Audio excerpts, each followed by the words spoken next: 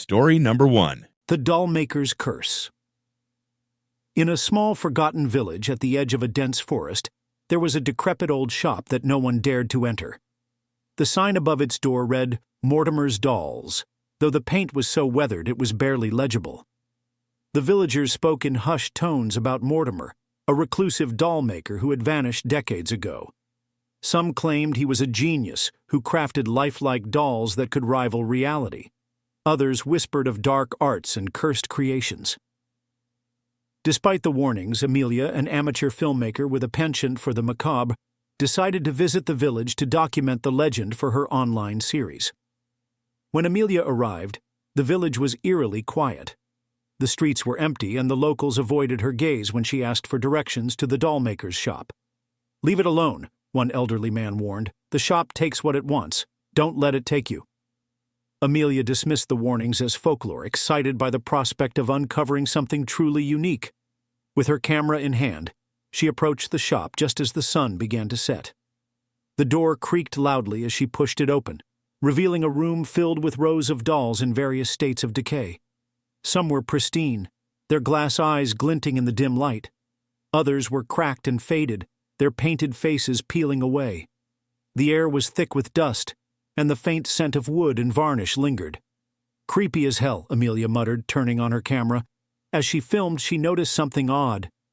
The dolls seemed to be arranged as if they were watching her, their heads slightly tilted in her direction. In the center of the shop was a workbench cluttered with unfinished dolls, sculpting tools, and jars of paint. On the bench lay a large, partially finished doll. Its face was eerily lifelike, but its eyes were hollow, empty sockets that seemed to stare straight through her. Amelia felt a shiver run down her spine but continued filming. As she examined the shelves, she noticed a peculiar doll sitting apart from the others. It was dressed in a tattered, elegant gown, and its face bore an unsettlingly human expression. A small brass plaque beneath it read, "Eleanor." "Let's get a closer look," Amelia said, focusing her camera on the doll. The moment she touched it, the temperature in the room dropped. A sudden creak echoed from the floor above as if someone were walking.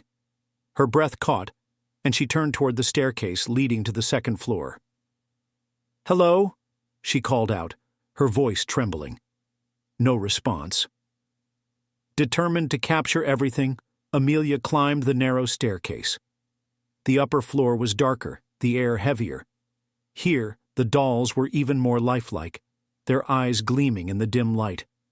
Some were posed as though frozen mid-conversation, others as if they were playing games. At the end of the hallway was a door, slightly ajar. Amelia pushed it open and found herself in what appeared to be Mortimer's private workshop.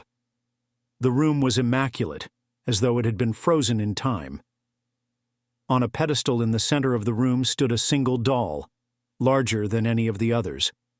Its face was stunningly realistic, with delicate features and vivid blue eyes that seemed to follow her every move. A plaque beneath it read Amelia. Her stomach churned. "How?" she whispered, backing away. The doll's lips twitched, curling into a faint smile. Amelia turned to run, but the door slammed shut, trapping her inside. The other dolls in the room began to move, their heads swiveling toward her. She fumbled with her camera, capturing their slow, deliberate movements as they climbed down from their shelves and began to close in. A voice, low and raspy, filled the room. "You touched what was mine," it said. "Now, you will become mine." The dolls reached for her, their hands cold and unyielding. Amelia screamed as the room spun around her, the air growing thick and suffocating. The last thing she saw was Story number 2. the mirror in the attic. The old Victorian house on Elmwood Street had stood empty for decades. When Sarah and her husband Greg bought it, they saw potential, a chance to restore a piece of history and turn it into their dream home. But the neighbors were less enthusiastic. "Be careful," an elderly woman next door warned. "The house has a reputation." When Sarah pressed her, the woman simply said, "Don't mess with the mirror in the attic." Greg laughed it off, but Sarah couldn't shake the unease in the woman's voice. The attic was a dusty, cluttered space filled with forgotten relics, old trunks, broken furniture, and stacks of yellowed newspapers. And there it was, the mirror. It was large and ornate, its gold frame intricately carved with strange symbols. The glass itself was slightly tarnished, casting a dull reflection that felt off. "We could sell it," Greg suggested. "It's probably worth a fortune." But Sarah felt an inexplicable dread whenever she looked at it. "Let's just leave it for now," she said. That night, she dreamt of the mirror. In her dream, her reflection moved on its own, smiling even when she wasn't. Over the next few days, Sarah noticed odd things. When she passed by the attic stairs, she sometimes heard faint whispers, though Greg claimed it was just the wind. Objects in the house began to shift slightly, as if someone had moved them. And then there was the mirror. Whenever Sarah went into the attic, she felt it watching her. Its reflection seemed sharper, more alive than it should be. One evening, as she was unpacking boxes, she glanced up at the mirror and froze. Her reflection was standing still, staring back at her, even though she had turned away. "Greg!" she screamed, bolting downstairs. Greg rushed to her side. "What's wrong?" She tried to explain, but he dismissed it as stress. "You've been working too hard. Let's take a break tomorrow." That night, Sarah couldn't sleep. She lay awake, listening to the creaks and groans of the old house. At around 3 a.m., she heard a sound that made her blood run cold. Footsteps coming from the attic.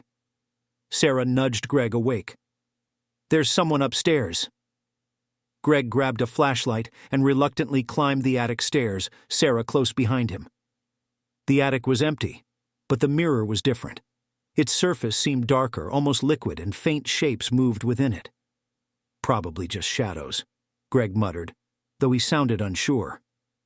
As they turned to leave, a faint voice echoed from the mirror. "Help me!" Greg stopped in his tracks. "Did you hear that?" Sarah nodded, her heart pounding. They turned back to the mirror. This time, the shapes were clearer. Faces, dozens of them, pressing against the glass as if trying to break through. One face looked eerily like Sarah. "Get rid of it," Sarah whispered. Greg hesitated. "It's just an old mirror. Maybe we should call someone to—" Before he could finish, the attic door slammed shut, plunging them into darkness. The flashlight flickered, casting erratic beams of light across the room. The mirror seemed to pulse, and the faces inside grew more frantic. Then, one by one, the faces turned to look directly at Sarah. "Come with us," they whispered in unison. Greg grabbed Sarah's hand, pulling her toward the door, but it wouldn't budge. The mirror's surface rippled like water, and a cold wind swept through the attic, carrying with it the scent of decay. The voices grew louder, more insistent. "Join us! Join us!" In a panic, Sarah grabbed a nearby sheet and threw it over the mirror. The whispers stopped instantly, and the attic fell silent. Greg managed to force the door open, and they fled downstairs. The next morning, they called a local antiques dealer to remove the mirror. The dealer was eager to take it, but as he loaded it into his van, he paused. "Strange," he said, running his fingers over the frame. "This looks like it belonged to the Montgomery family. Did you know they all disappeared in the 1800s? People say they were cursed." Sarah didn't respond. She just wanted the mirror gone. That night, Sarah and Greg felt a sense of relief, as if the house had been cleansed. But at 3 a.m., Sarah woke to a familiar sound, whispers coming from the attic. When she climbed the stairs, trembling, she found the mirror back in its place, uncovered and gleaming. Her reflection smiled, but it wasn't her. Story number 3. The Black Door. When Emma inherited her grandmother's house in the countryside, she saw it as an escape from her chaotic city life. The house was quaint and surrounded by dense woods, a perfect retreat. The only thing Emma didn't like was the basement. At the end of the narrow staircase, tucked away in the farthest corner, was a black door. It was unlike the rest of the house, made of heavy, dark wood with no handle or keyhole, just smooth, cold metal. Her grandmother had always warned her about the door. "Never open it," she'd said, her voice trembling. "Some things are better left locked away." Emma didn't think much of the warning until her first night in the house. She was jolted awake by a loud bang. At first she thought it was the wind, but the sound came again, dull and rhythmic, like something knocking from deep within the house. Reluctantly, she followed the noise, flashlight in hand. It led her to the basement. Standing at the top of the stairs, she shone her light down. The black door shuddered with each knock, though nothing seemed to be touching it. She felt a cold draft in the faintest whisper. Emma. The next morning she called a locksmith to remove the door, but he left after only a few minutes, pale and shaking. "That's not a door I can work on," he muttered, refusing to explain further. Emma grew uneasy. She tried to focus on unpacking and ignored the door, but the knocking continued every night. It grew louder, more insistent, and the whispers became clearer. "Emma, let me out." One night, unable to bear it any longer, she decided to investigate. She descended the stairs and stood before the door, her heart pounding. "Who's there?" she demanded. The knocking stopped. The silence was deafening, stretching on until she began to climb back up the stairs. Then came the reply, low and guttural. "It's me." The next day, Emma visited the town library to dig into the house's history. She learned that the house had been built in the late 1800s by a man named Edgar Blackwell. He was known for his fascination with the occult, and rumors swirled about strange rituals in the woods. Blackwell disappeared one night, and the house was sold to Emma's grandmother, who never spoke of its previous owner. Emma's stomach turned when she found an old newspaper article describing Blackwell's experiments. Blackwell claimed he had found a way to trap malevolent entities, but warned that the bindings must never be broken. The door must remain sealed, he said. That evening, Emma returned to the basement. She brought a hammer and chisel, determined to pry the door open and end her torment. As soon as she touched the door, the house seemed to groan, and the air grew heavy. The whispers returned, louder now, overlapping and echoing. "Let us out." Ignoring her fear, Emma struck the door with the hammer. The wood splintered unnaturally easily, as if it wanted to be broken. With one final swing, the door fell inward, revealing nothing but darkness.